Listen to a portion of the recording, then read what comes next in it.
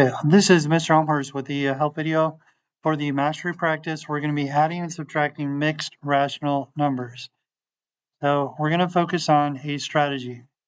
Stack your fractions, circle the denominators, add or subtract the numerators, and then add or subtract any whole numbers.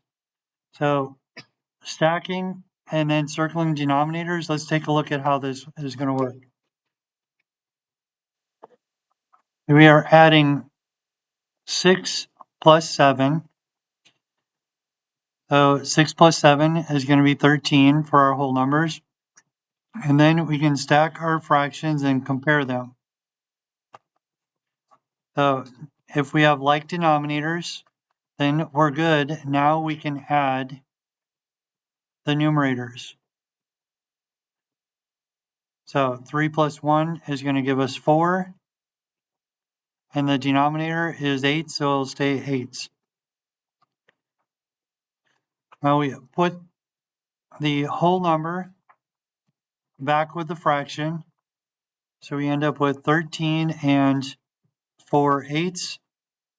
And this fraction can be simplified by a factor of 4. So it simplifies to 13 1/2.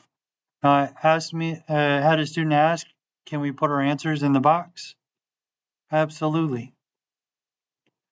So if you add these two fractions for number 1, the two mixed numbers, you have 6 plus 7 is 13, and then 3/8 plus 1/8 will give you 1/2.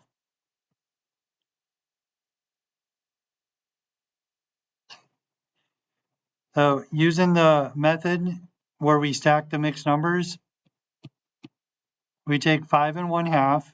That's going to go on top, and then the second number is going to go down below. And we're going to put whole numbers over whole numbers and then fraction over fraction. Circle the denominator. Now we compare. If they're the same, then we can subtract, but they're not. So let's extend this fraction out, and we can do doubles or even triples to help us find a common denominator.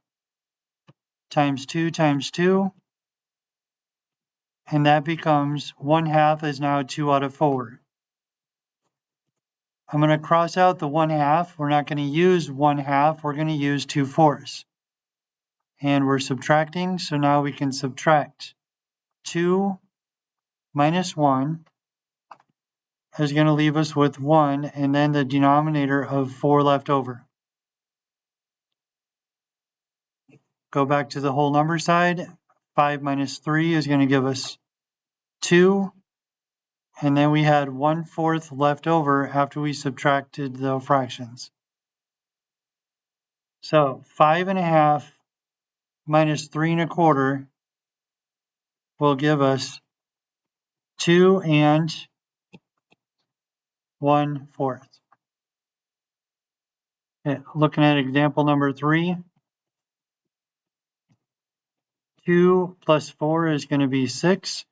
So we know our answer is going to be at least 6. We're adding the whole numbers, and now we're adding the fractions.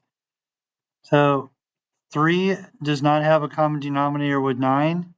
Or 3 is not the common denominator with 9. So we're going to change 3 by putting a factor of 3 in there. So that's going to give us 6/9. Now we have common denominators.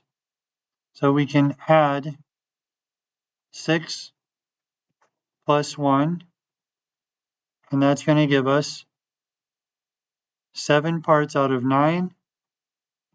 And then we put our whole numbers together. We're going to end up with 6 and 7/9.